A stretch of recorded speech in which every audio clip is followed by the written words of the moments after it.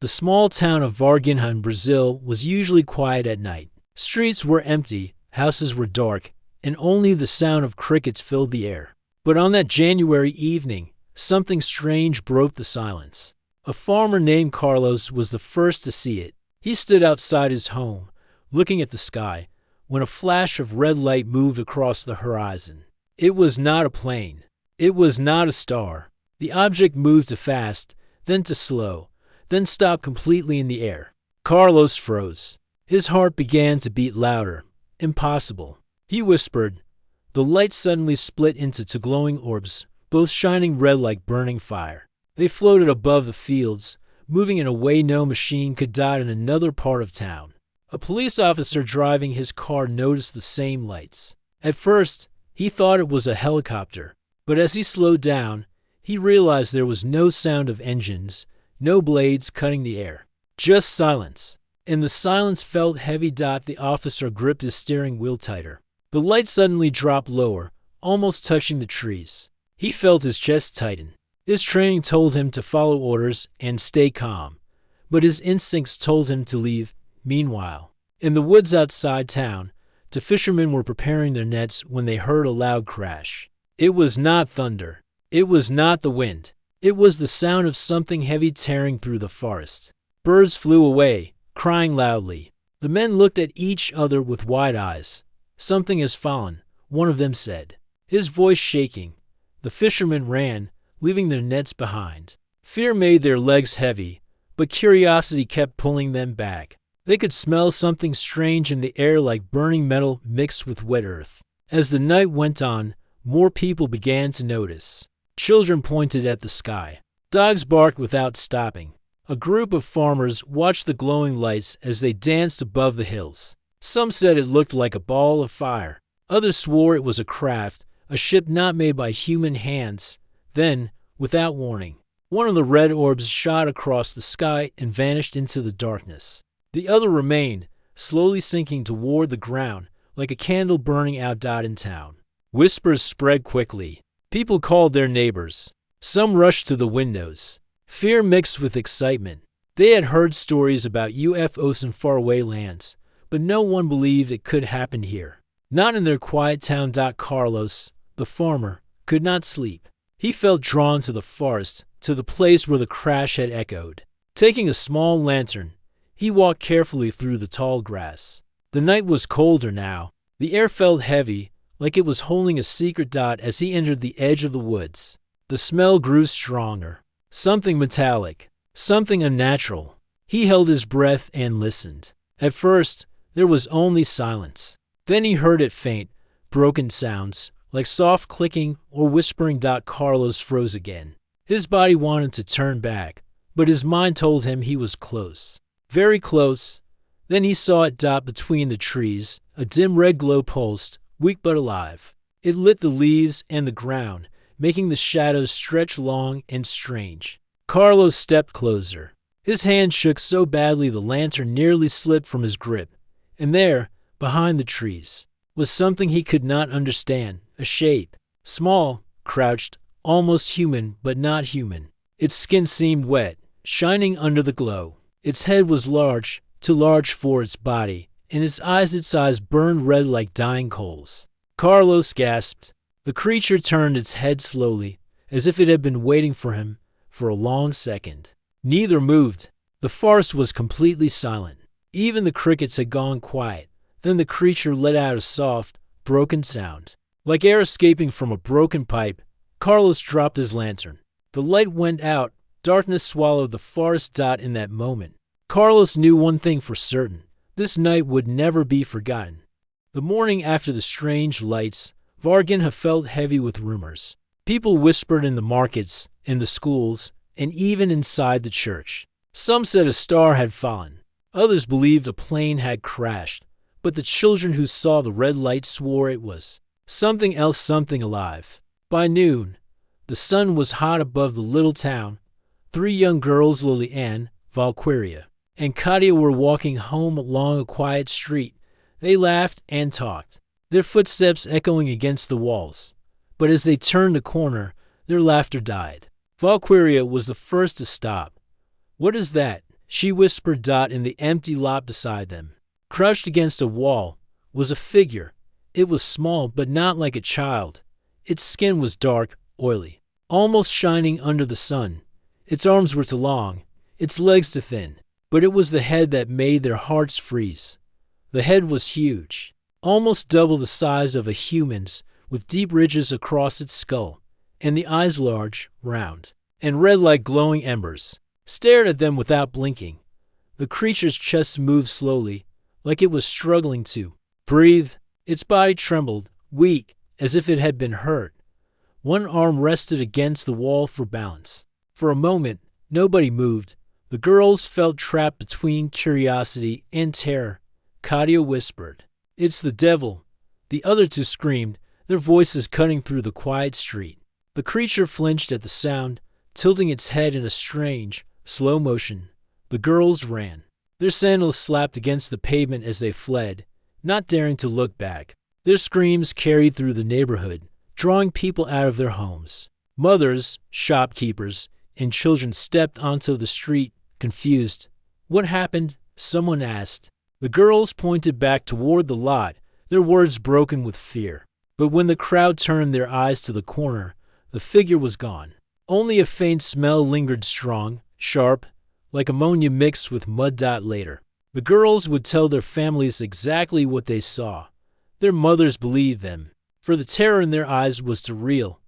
The story spread fast, faster than fire. By evening, the whole town was speaking of a monster, a creature not of this world.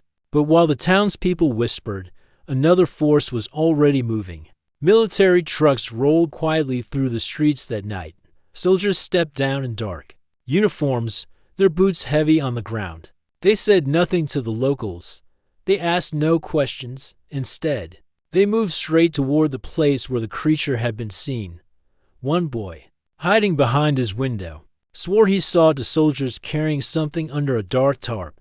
The object was small, struggling faintly, as if it were alive. The boy told his mother, but she shook her head and told him to keep quiet. "It is dangerous to speak," she warned. By the next morning, whispers grew into fear. More people claimed to see soldiers moving through the town at strange hours. Some said a second creature had been caught near the forest. Others swore one was taken to the hospital. Nobody knew the full truth. Liliane, Valkyria, and Katia stayed inside their homes. Their families feared for them. The girls could not forget those red eyes. At night, when they closed their own, the image of the crouched figure returned, staring at them in silence. Still, the town was restless. Why would the army come to Varginha so quickly? Why would they stay so quiet, refusing to answer questions? Something powerful was happening, and the people knew it was being hidden. One shopkeeper spoke in anger. If it was only a wild animal, why so many soldiers? Why take it away in trucks? Why warn us not to speak? But others shook their heads. "Do not fight them. Do not ask. If they tell us to stay quiet, we must stay quiet." The fear grew worse when strange men arrived in black cars. They were not soldiers. They wore no uniforms. They only carried notebooks and cameras. They spoke to no one. But their cold stares made people step aside. They visited the street, where the girls had seen the creature, writing notes, collecting soil, even scraping the wall with metal tools. The people of Varginha began to feel trapped in their own town. They were witnesses to something important, but they were not allowed to speak. And somewhere, behind locked doors, the creature they called the devil was being hidden. Some said it was sick. Some said it was dying. But the truth was clear. Whatever it was not human. The girls did not step outside again for many days. But the image of those red eyes followed them, even in their dreams. And for Varginha, the story was only beginning. The town of Varginha had never seen so many soldiers before. In just one night, army trucks rolled quietly into the streets, their headlights cutting through the mist. Locals peeked from behind curtains, but no one dared to step outside. It felt like the town had suddenly become a battlefield. But there were no enemies, at least. Not human ones. Inside one of the trucks, two soldiers whispered to each other. Their faces were tense, their hands tight on their rifles. "Why are we here?" one asked in a low voice. The older soldier looked straight ahead. "Orders," he replied. "That's all you need to know." But both of them knew it was not normal. Soldiers did not surround a small Brazilian town in the middle of the night. Unless something serious had happened. At the edge of the forest, the air smelled strange. A burning, metallic odor hung heavy, making the soldiers cover their mouths with cloth. They followed their commander into the trees, their boots sinking into soft mud. Then they stopped. There, under the beam of a flashlight, lay something half hidden in the grass. It was small, no bigger than a child, but its skin glistened as if covered in oil. Its chest rose and fell weakly. Its limbs twitched with broken movements. The commander gave a sharp order. 2 men stepped forward with gloves and heavy blankets. They wrapped the creature, even as it gave a soft, high-pitched cry that made the soldiers shiver. "Careful," one of them hissed. "Don't touch it with bare hands." The thing writhed weakly inside the cloth, but it did not fight. It seemed tired, dying. The soldiers carried it quickly back to the truck. Nobody spoke. Nobody asked questions. But every man there knew they had seen something not from this earth back in the town. More soldiers searched. They knocked on doors, asked short questions, then warned people to stay quiet. Mothers held their children close, terrified. Men clenched their fists, but said nothing. A rumor spread. There was not just one creature. There were 2, maybe 3. One fisherman swore he had seen another small figure near the riverbank. It moved slowly, as if injured, then slipped into the water. Soldiers arrived minutes later, but the creature was gone. At the same time, strange trucks entered the local hospital. Doctors and nurses were surprised to see armed guards in their hallways. They were told to stay away from one locked room, but whispers could not be silenced. A nurse told her friend that she saw something strange brought in a small body under a sheet, still moving, still breathing. Another nurse swore she saw a soldier washing his hands again and again, as if something had burned his skin. The military gave no answers. Their trucks moved at night. Their men stood at street corners, and every time someone asked what was happening, they only heard the same reply: nothing. "Stay quiet," Carlos, the farmer who had seen the lights, watched the soldiers from afar. His stomach twisted with fear. He wanted to tell others what he had seen in the woods, that glowing figure, those red eyes, but now he was afraid. If the army was here, it meant the government was hiding something. And if they were hiding it, it meant it was dangerous to speak still. He could not forget the sound he heard in the forest, that broken, wheezing sound, like a living thing in pain. By the third night, tension in Varginha was unbearable. The town that had once been peaceful now felt like a cage. A boy delivering bread early in the morning claimed he saw soldiers loading a long, dark container into a truck. It was not heavy, but several men handled it carefully. One soldier shouted at the boy to leave. The boy ran home, pale and shaking. Another man swore he heard strange noises from inside one of the trucks. Not human voices, something else. The people began to believe the impossible. The army was not chasing criminals. They were chasing something alien. Among the soldiers, fear grew as well. One young private wrote secretly in his notebook, though he knew it was dangerous. He described the creature's red eyes, the way its skin seemed to burn the air, the way it moved like it was from another world. He ended his note with one line: "They told us to keep silent." But how can a man forget the face of something not human? By the end of that week, the army had left the town. Their trucks rolled away. Their boots no longer echoed in the streets. But they left behind silence and fear. The people of Varginha looked at each other with nervous eyes. They knew something had happened. They knew something had been taken. But the truth was now locked behind military walls. And for those who had seen the creature, the girls, the farmer, the fisherman, the nightmare was far from over. The Varginha Regional Hospital was small and usually quiet. Doctors treated broken arms, feverish children, and old farmers with weak hearts. But one January night, the hospital became something very different: cold, tense, and filled with soldiers. It began with the sound of trucks. Nurses at the night shift heard engines outside. When they looked through the windows, they saw military vehicles lining the street. Armed men stepped out quickly and entered the hospital without a word. Dr. Leet, A tired physician finishing his rounds frowned. Soldiers had no reason to be here. What is this? He asked one of the officers. Stay in your section, doctor, the man replied firmly. This area is restricted now. 2 rooms were cleared.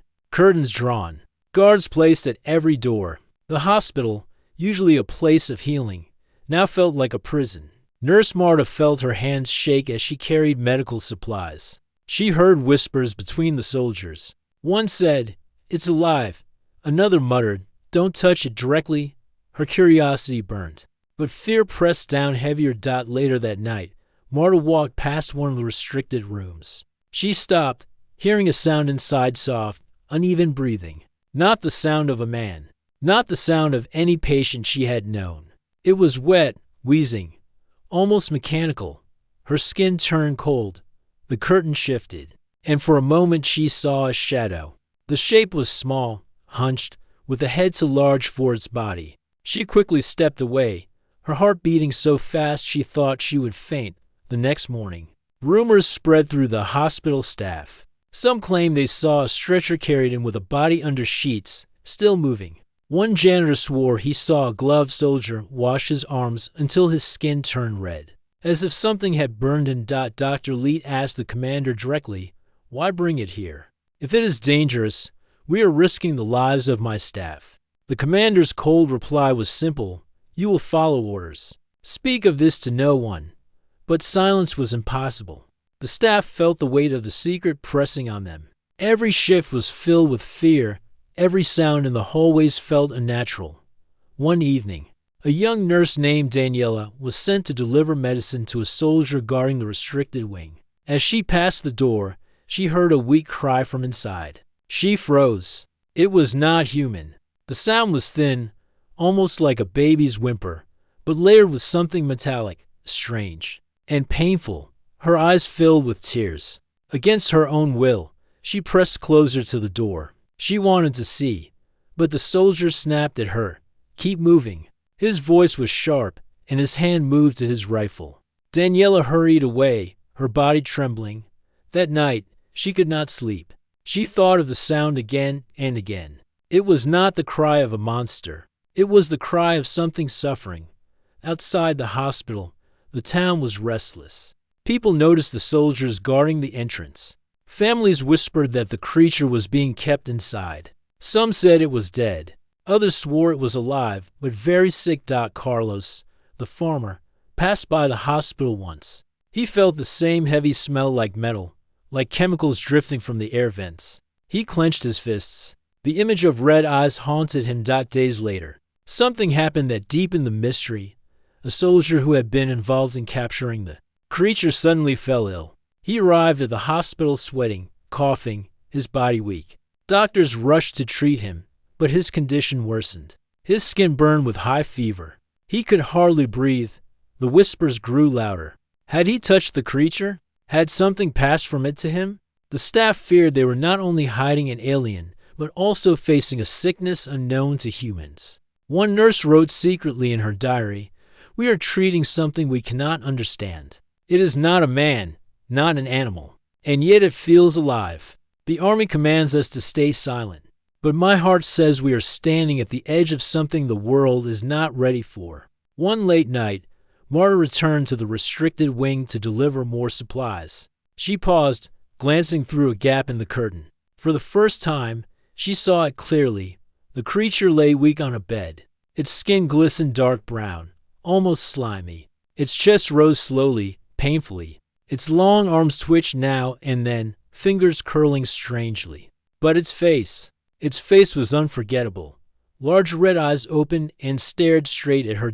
Marta gasped, dropping the tray in her hands. The sound echoed through the hall. The creature did not move aggressively, did not attack. It only looked at her with something she could not explain, pain, maybe even fear. The soldier pushed her away, shouting at her to leave. Marta stumbled back, but her heart refused to calm. She had not seen a monster. She had seen a prisoner.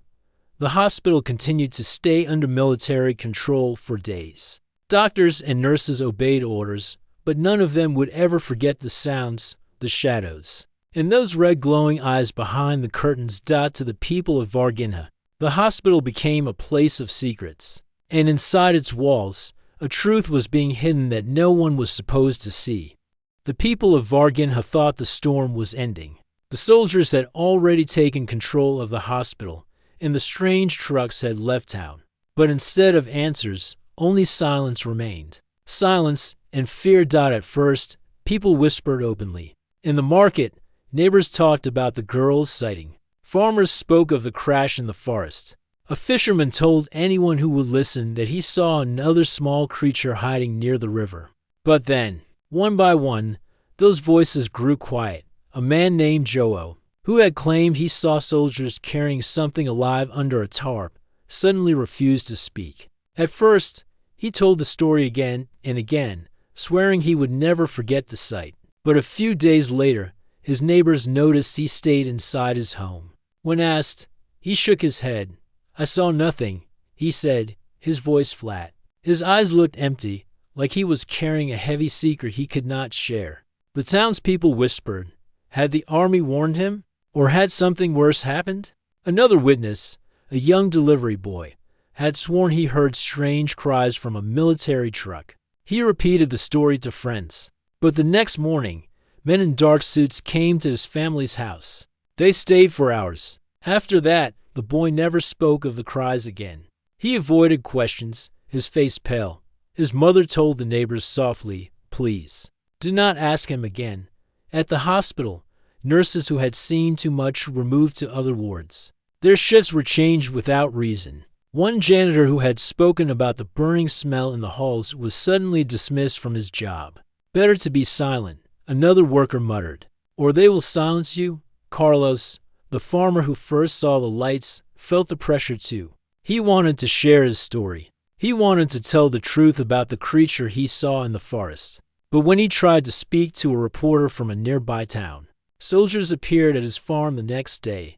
They searched his tools, asked sharp questions, and warned him not to spread lies. Lies? Carlos thought bitterly. "I know what I saw."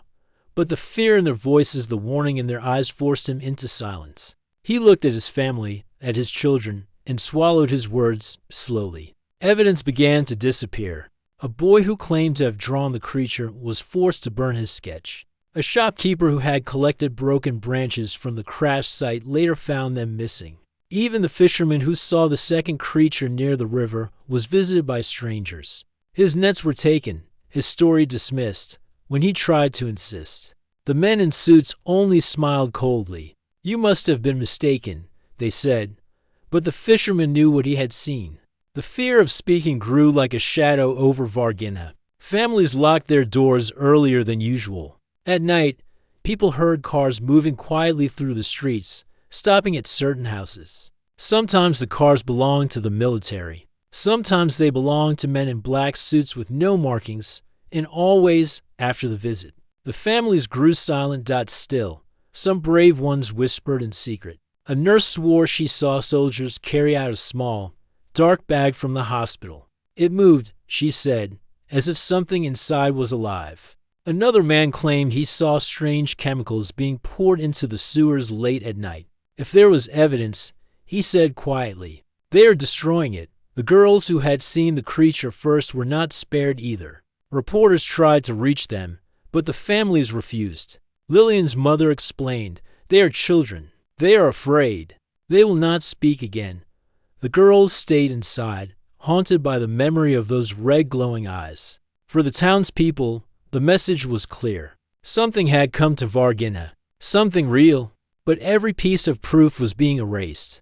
Witnesses silenced, objects removed, records destroyed. And yet, there were still whispers. One night, a farmer near the hills claimed he saw movement in another small figure, weak and limping, hiding near the tall grass. He told his brother, but swore never to tell anyone else. If they knew, he said, the soldiers would come again. In the end, the truth became a ghost. Everyone knew it had existed. Everyone remembered the lights, the soldiers, the strange smell, the red eyes. But proof was gone. All that remained were frightened voices, speaking in whispers that carried through the streets like smoke. and deep down. The people of Varginha knew one thing: you can erase evidence, but you cannot erase memory.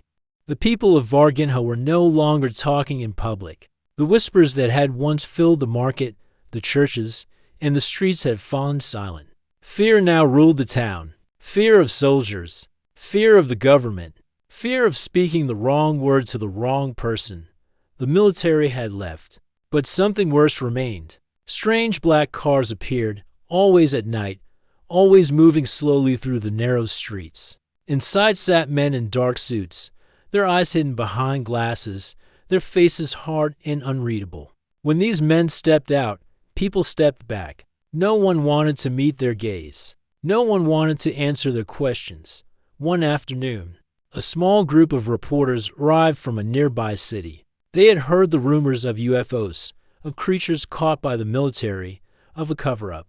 Carrying cameras and notebooks, they asked questions on every corner. At first, a few townspeople answered. They spoke of strange lights in the sky, of soldiers carrying bundles at night, of the girls who saw something by the wall. But soon the black cars returned.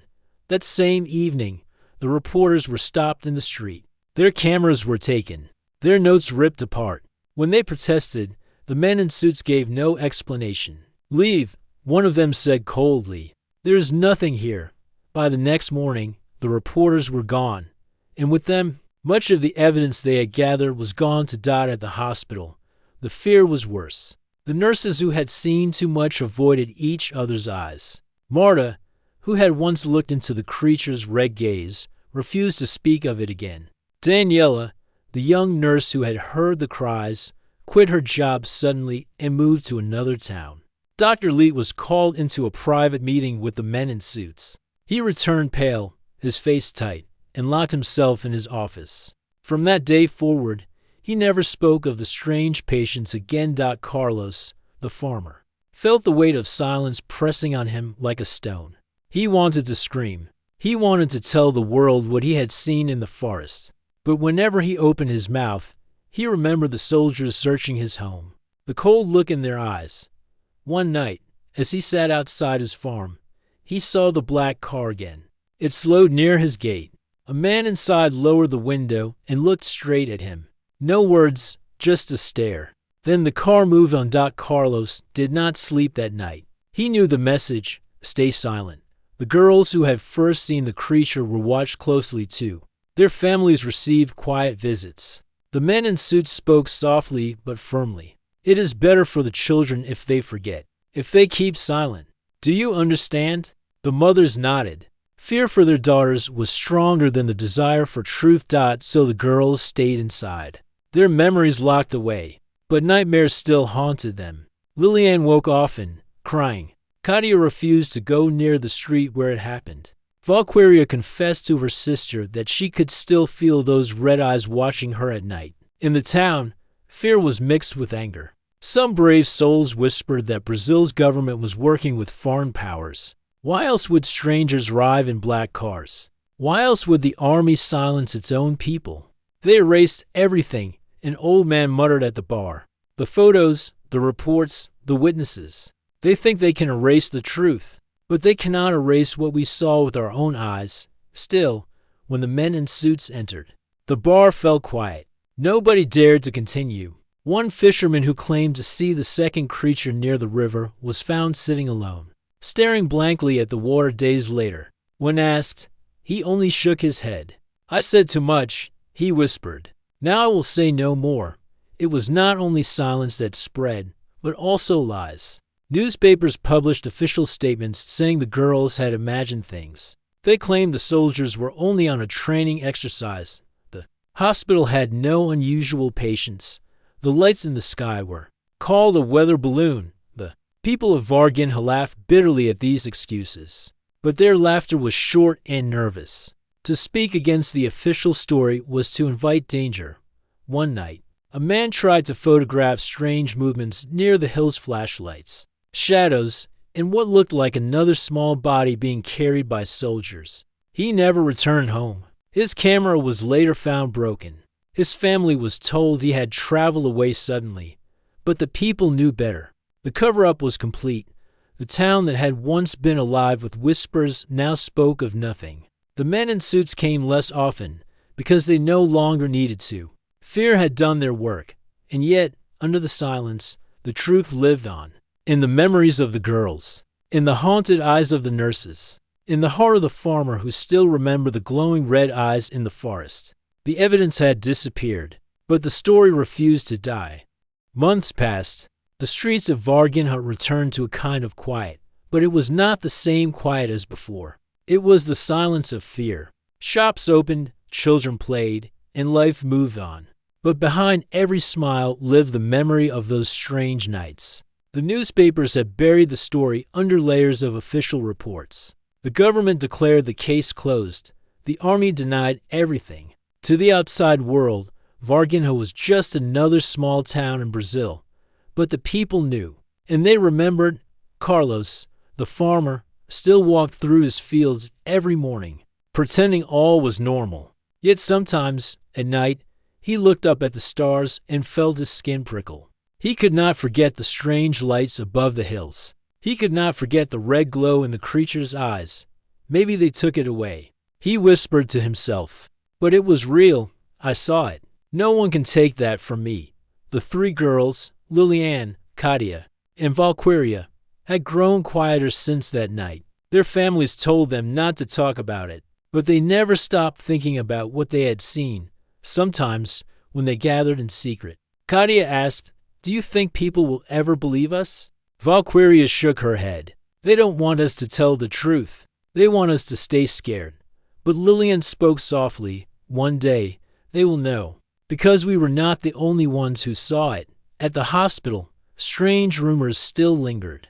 Marta, the nurse who once looked into the creature's eyes, refused to speak of it. Yet she kept a small journal hidden under her bed. In it, she described everything: the cries, the smell, the soldiers, the fear. She knew it was dangerous to keep such notes, but she also knew the world deserved to know. It was alive, she wrote one night, and it was not human. Despite the silence, the truth kept leaking out in small ways. Fishermen whispered about lights above the river. Hunters swore they saw shadows moving in the hills. Farmers reported that their animals grew restless at night, as if sensing something invisible nearby. The government could erase photos. They could silence witnesses. But they could not erase what people had seen with their own eyes. One evening, a group of young men hiked to the hills where the first lights were seen. They wanted proof. With them, they carried an old camera. The night was clear. The stars shone bright. But as they reached the highest point, something strange appeared in the sky. A silver light, moving fast and silent, stopped suddenly above them. The men froze. The light hovered, as if watching them. Then, in the blink of an eye, it shot upward and disappeared into the black sky. The young men returned pale, trembling. The next morning, they told their families. But the camera they carried back had no pictures. The film inside was completely blank, as if the light had erased itself still. They swore it was real. Whispers reached beyond Varginha. UFO researchers, journalists, and curious travelers came from other cities, even from other countries. Some asked polite questions. Others demanded answers. The government repeated its lies: training exercise, balloon. Nothing unusual. But not everyone believed. Some researchers collected every witness story, every rumor, every contradiction. They published reports. They spoke on radio shows. Slowly, the case of the Varginha UFO became more than a local story. It became a mystery the whole world discussed. The people of Varginha felt both proud and afraid. Proud that they had seen something no one else had. Afraid because they knew the government was still watching.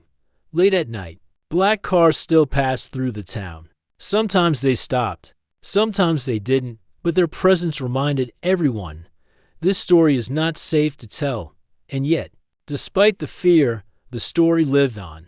Children whispered it to each other at night. Farmers told it around fires. Nurses kept their memories hidden in journals. The three girls carried the weight of what they saw, knowing it would never leave them. The government tried to erase the truth, but the truth had already taken root. One stormy night, Carlos again stood outside his farm. He looked to the hills where it all began. For a moment, through the lightning, he thought he saw movement, a dark figure, small and bent. Watching from the trees, he rubbed his eyes. The figure was gone, but Carlos felt no fear this time. Instead, he whispered to the wind, "You are still here." The case of the Varginha UFO never disappeared. It became legend, told in whispers, told in books, told in secret. Some said it was just a story. Others said it was proof that we are not alone. But in the hearts of those who lived it, the truth was simple. Something came to Varginha. The government tried to hide it. But no matter how deep they buried it, the memory lived on. And sometimes, late at night, when the stars shone bright, people swore they still saw red eyes glowing in the dark.